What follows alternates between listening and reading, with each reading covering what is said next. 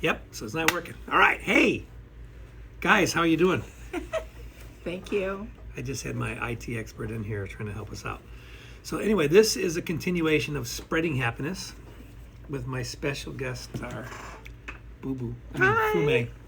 And this is the Way to Happiness book. This is the special cover. And so we're going to go do the next precept, which is number 9. And hi, guys. How are you? Nice to see you. Bruna.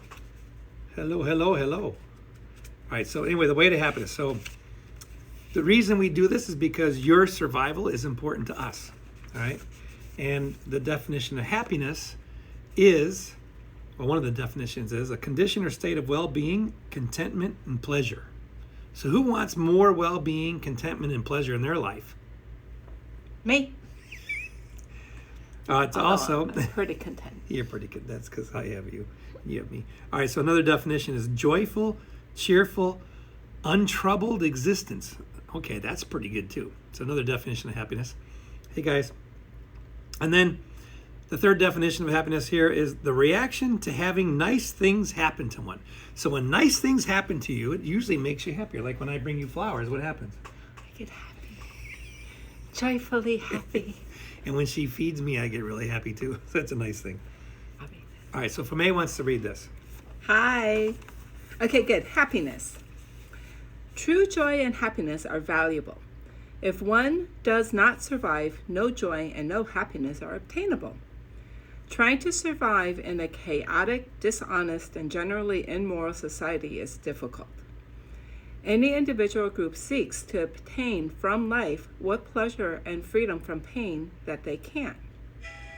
Your own survival can be threatened by the bad actions of others around you. That's right. Your own happiness can be turned to tragedy and sorrow by the dishonesty and misconduct of others. I am sure you can think of instances of this actually happening. Such wrongs reduce one's survival and impair one's happiness. You are important to other people. You are listened to. You can influence others. The happiness or unhappiness of others you could name is important to you. Without much trouble using this book, you can help them survive and lead happier lives. While no one can guarantee that anyone else can be happy, their chances of survival and happiness can be improved, and with theirs, yours will be. It is in your power to point the way to a less dangerous and happier life. That's right. So you are important. Your opinions are important to your friends. And by sharing this book, which I'll give you a free online copy in English, or you can order your own copies in your own language. It doesn't matter. Yeah, I think it's in Spanish now, too. It's in Spanish on the same link? Mm-hmm. Wow. Okay. Well, we just got to help our Russian friends next. All right. So now, this is chapter 9. Don't do anything illegal. Okay? Illegal acts are those which are prohibited by official rules or law. They are the product of rulers, legislative bodies, and judges. They are usually written down in law codes. In a well-ordered society, these are published and made known generally. In a cloudy and often crime-ridden society, one has to consult an attorney or be specially trained to know them all. Such a society will tell one that ignorance is no excuse for breaking the law. Any member of society, however, has a responsibility, whether young or old, for knowing what that society considers to be an illegal act. People can be asked. Libraries exist where they can be looked up. An illegal act is not disobedience to some casual order like go to bed. It is an action which, if done, can result in punishment by the courts and the state. Being pilloried. Pilloried means exposed to ridicule, public contempt, or scorn, like being written up in a newspaper saying you did something wrong. That'd be pilloried. Being pilloried by the state propaganda machine. A propaganda machine is one that spits out whatever information a government wants you to know and doesn't want you to know. Okay? So, let's do that again. An illegal act is not disobedience to some casual order like go to bed. It is an action which, if done, can result in punishment by courts and state, being pilloried by the state propaganda machine, fines, and even imprisonment. When one does something illegal, small or large, one is laid open to an attack by the state. It does not matter whether one is caught or not. When one does an illegal act, one has weakened one's defenses. Almost any worthwhile thing one is trying to accomplish often can be done in perfectly legal ways. The illegal route is a dangerous and time-wasting shortcut. Imagined advantages in committing illegal acts usually turn out not to be worth it.